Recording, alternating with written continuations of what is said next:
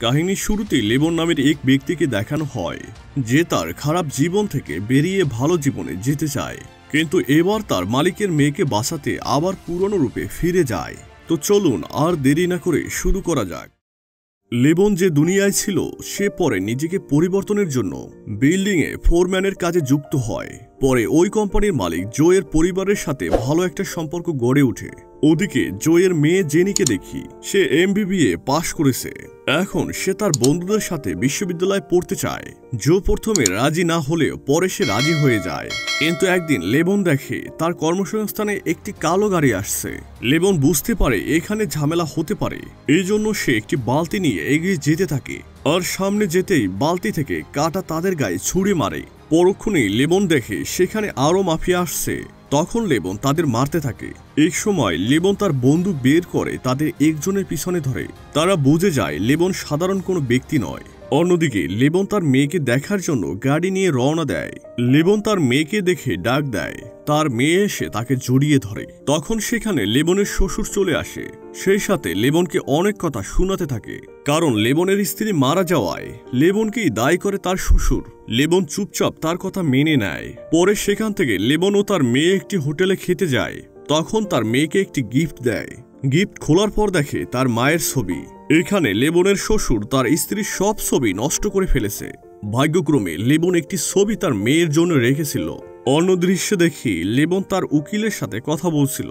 উকিল লেবনকে বলে কেন সে তার শ্বশুর বাড়ি যায়, সাথে আরো বলে তার শ্বশুর কেন তার উপরে রেগে আছে। উত্তরে লেবন বলে অনেক বছর আগে লেবন যখন একটা মিশনে বাইরে যায় তখন তার স্ত্রী আত্মহত্যা করে নেয়, কারণ সে অনেক অসুস্থ ছিল।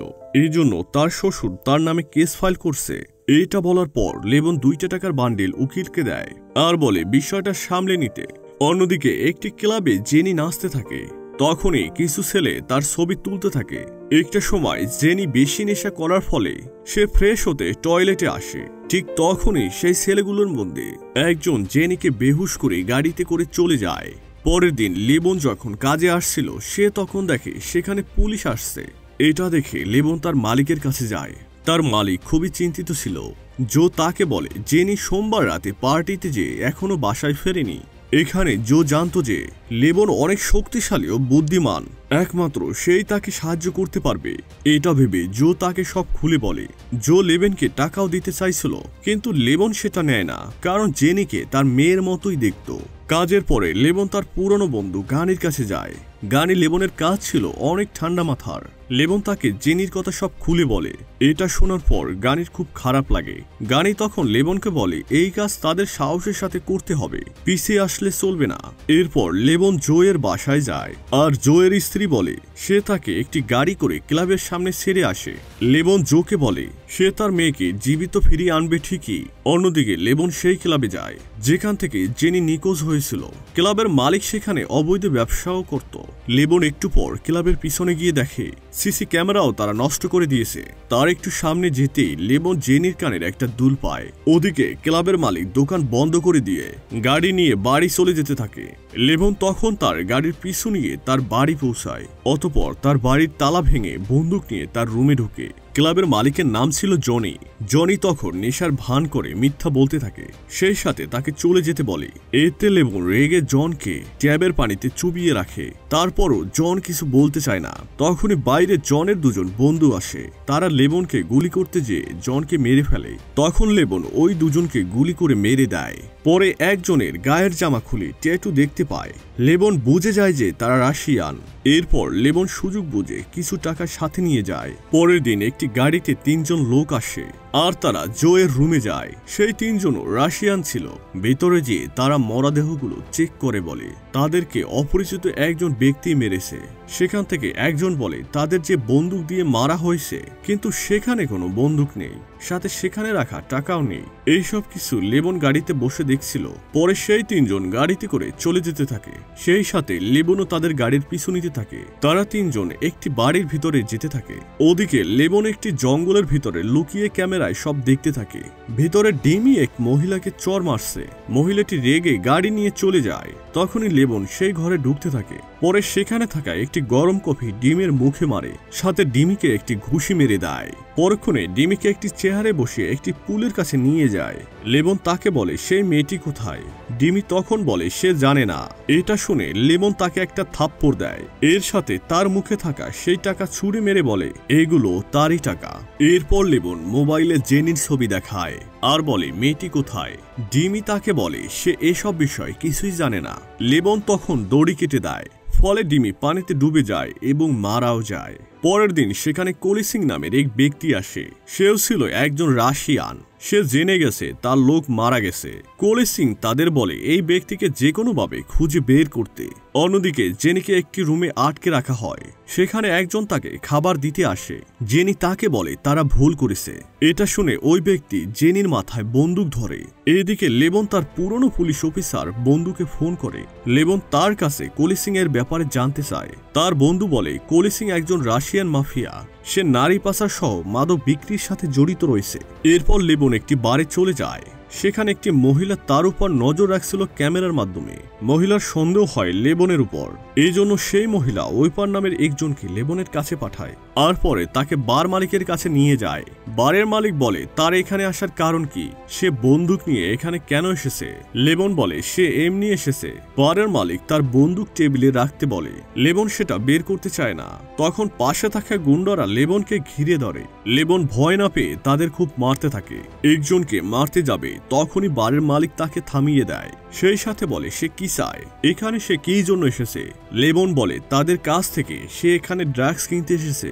লেবন আরো বলে তার অনেক কাস্টমার আছে এই ড্রাগস নেওয়ার জন্য। এরপর তারা ডিল ওকে করে ফেলে।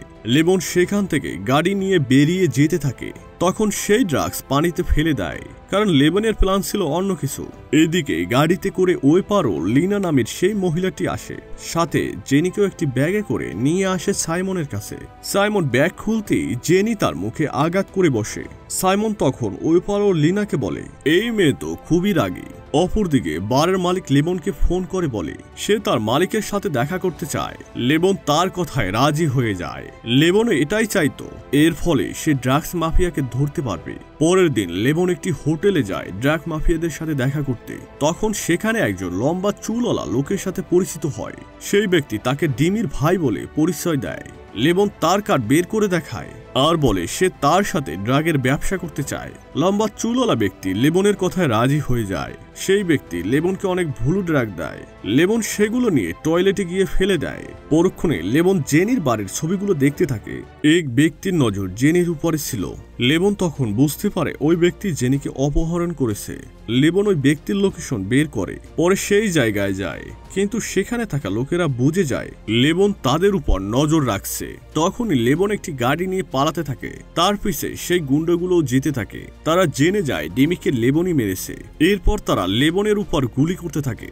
এক সময় লেবনও পুলিশের গাড়ির উপর যেয়ে পড়ে। লেবন ভাবে পুলিশ তাকে সাহায্য করবে, কিন্তু সে দেখে পুলিশও তাদের সাথে একজোট। অতঃপর চোখ বেঁধে লেবনকে একটি গাড়িতে করে দুজন নিয়ে যাচ্ছিল।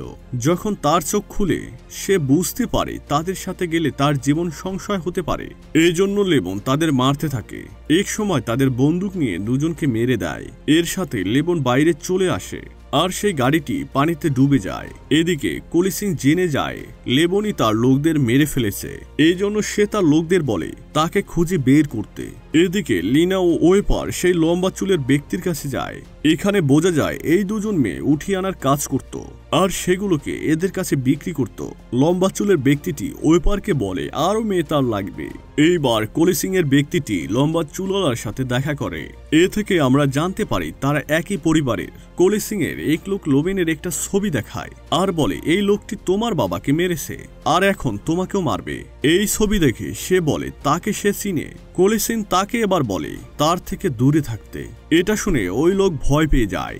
এদিকে লোবেনের বাবাকে ধরতে যায় এক রাশিয়ান কিলার। অন্যদিকে লোবেন এক মেয়েকে আনতে যায়। তার মেয়ে লেবনকে বলে তার নানাকে অনেক ফোন করেছে, কিন্তু তার নানা ফোন ধরেনি। এটা শুনে লেবন বুঝে যায় তার শ্বশুর বিপদে আছে।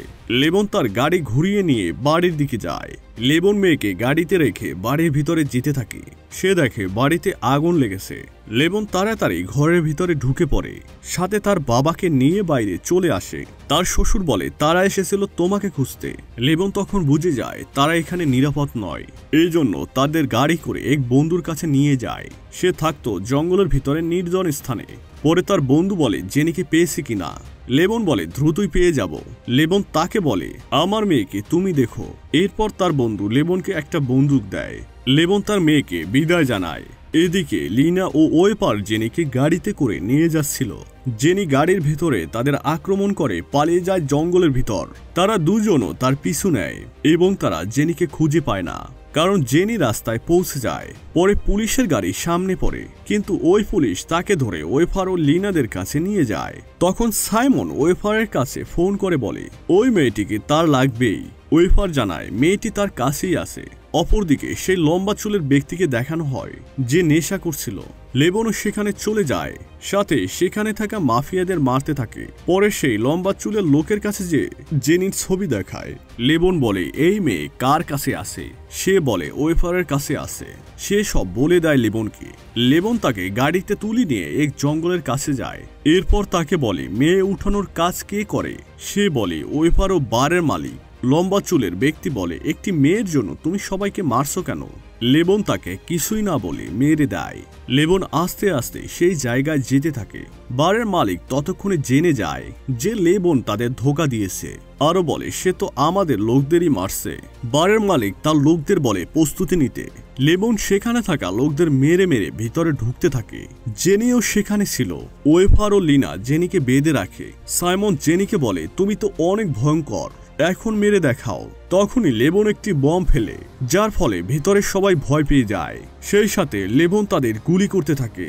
বাইরে সেই মালিক সহ তার লোক চলে আসে। লেবন ভিতরে একাই লড়াই করতে থাকে। এক সময় বাইরের মালিকের সাথে লড়াই করতে থাকে। পরে বাইরের মালিক বলে নিজেকে হিরো ভেবো না। এটা বলা মাত্রই লেবন তার গলায় ছুরি মেরে দেয়। এরপর লেবন ভিতরে গিয়ে সাইমনকে গুলি করে মেরে দেয়, সাথে ওয়েফারকে খুব মারতে থাকে। ওদিকে জেনি লিনাকে মেরে ফেলে পা দিয়ে। ওয়েফারকে মেরে লেবন জেনিকে মুক্ত করে। তখনই কলি সিং সেখানে চলে আসে আর গুলি করতে থাকে।